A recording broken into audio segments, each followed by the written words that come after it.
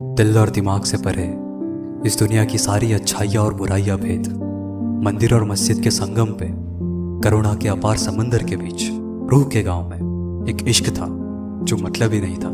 उसकी आंखों में पहली बार देखने पे जन्म लेता, स्कूल में अपनी प्लेट से उसकी प्लेट में जाता हुआ, उसके पसंदीदा राजमा के साथ।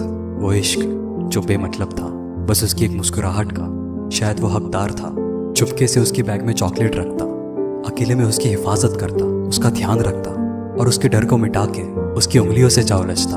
वो इश्क जो अब जिम्मेदार था, अपने सपनों पे काम करता था, आंखों से ईमानदारी सा झलकता, गहराई से उसकी शख्सियत समझता, वफाओं की रज़ाई में सुकून से उसके दिल को जकड़ता। वो इश्क जो सच्चा था, पर शायद किसी रिश्ते के लिए अभी वो कच्चा था।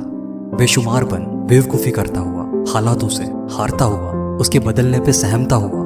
वो इश्क जो अब अकेला था और उससे नाराज नहीं। खूबसूरत यादें रख, माफी की नाव पे आगे बढ़ता चला गया।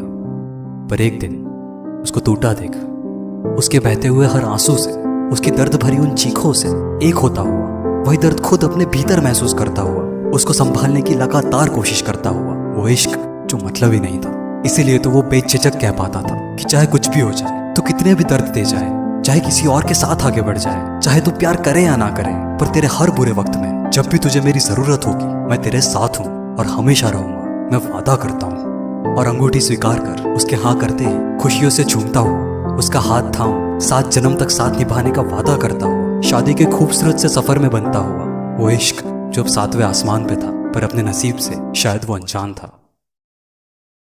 कि अपनी सारी वफाओं के बावजूद भी कम पड़ता हुआ, कि सुकून का वो आशियाना बेवफाई की आग से जलता हुआ, उसको बिस्तर में किसी और के साथ देखता हुआ। वो इश्क पूरी तरह से टूटता हुआ, बिखरता हुआ, दर्द से चीखता हुआ, फिर भी उसको समझाता हुआ, उसको सही रास्ता दिखाता हुआ, और उसके ना समझने पे आंखों में आंसू लिए उसकी खुशी के लिए डिवोर्स पेपर पे साइन होता हुआ। वो इश्क जो मतलब ही नहीं था।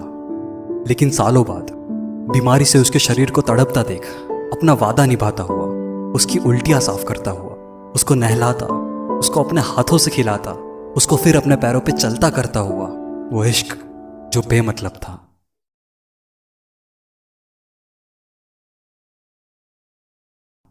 आईसीयू के बाहर खड़ा उसके ठीक होने की दुआ मांगता, हॉस्पिटल बेड में उसके साथ उसका हाथ थामे, उसको लिक्विड फूड खिलाता हुआ, कीमो से उसके जड़ते हुए बालों में अपना हाथ फेरता हुआ, उसको उसकी खूबसूरती का एहसास दिलाता हुआ, उसकी आखिरी सांस तक उसके साथ रहता, उसको हिम्मत देता, उसकी सेवा में अपने शरीर की सारी क्षमता को समर्पित करता हुआ। वो इश्क जो मतलब ही नहीं था।